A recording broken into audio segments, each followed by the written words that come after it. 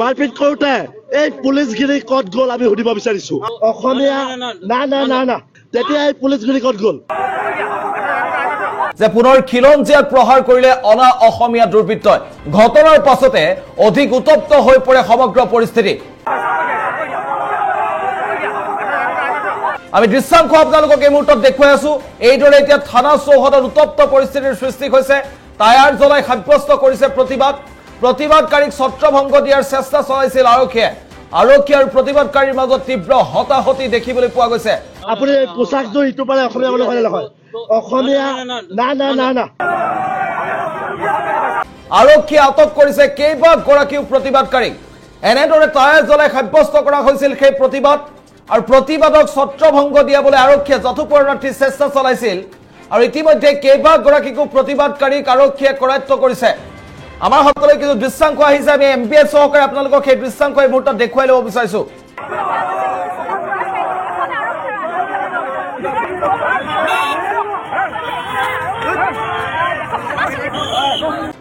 আৰু এইদৰে প্ৰতিবাদত এক প্ৰকাৰ উত্তপ্ত হৈ পৰিছে সমগ্ৰ পৰিস্থিতি। যিহেতু শিৱসাগৰৰ যি ঘটনা, সেই শিৱসাগৰৰ ঘটনাৰ চাঞ্চল্য মাৰ এতিয়াও যোৱা নাই।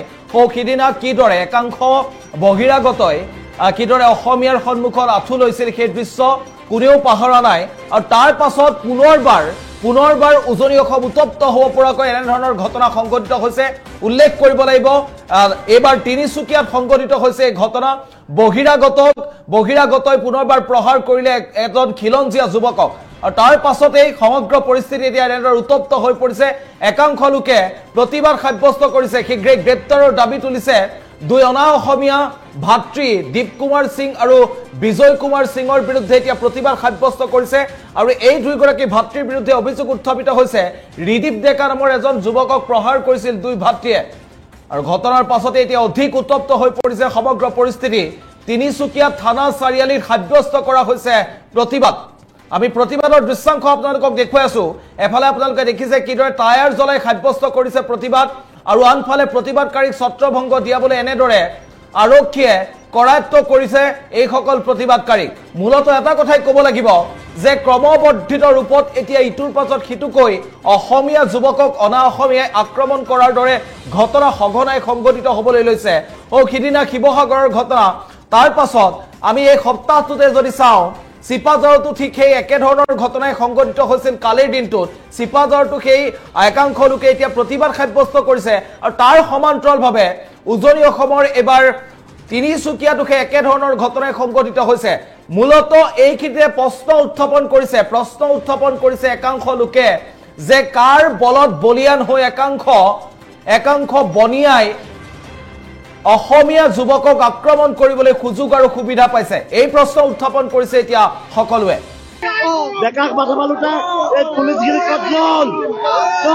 ডেকাক মাৰপিট কৰোঁতে বিহাৰী মাৰোৱাৰীয়ে ডেকাক মাৰপিট কৰোঁতে এই পুলিচগিৰি ক'ত গ'ল আমি সুধিব বিচাৰিছো। আমাৰ প্ৰশ্ন আছে। এই বুঢ়া গৈ আছে, আপুনি অসমীয়া মানুহ হয় নহয়? আপুনি পোচাকযোৰ ইটো পাৰে অসমীয়া মানুহ হয় নহয়? অসমীয়া না আপুনি কওক।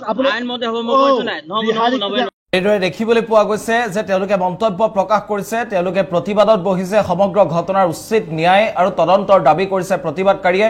কিন্তু আটাইতকৈ উল্লেখনীয় কথা যে সেই প্ৰতিবাদক ছত্ৰভংগ দিয়াবলৈ আৰক্ষীয়ে বাৰম্বাৰ চেষ্টা অব্যাহত ৰাখিছে। কেইবাগৰাকীও প্ৰতিবাদকাৰীক ইতিমধ্যে আটক কৰিছে। সেই দৃশ্যাংশ আমি আপোনালোকক টেলিভিছন স্ক্ৰীণত এই মুহূৰ্তত দেখুৱাই আছো।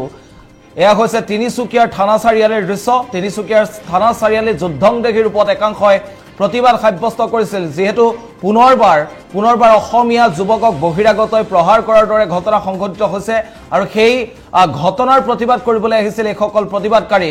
কিন্তু প্ৰতিবাদকাৰীক কেনেদৰে ছত্ৰভংগ দিয়াইছে এতিয়া আৰক্ষীয়ে।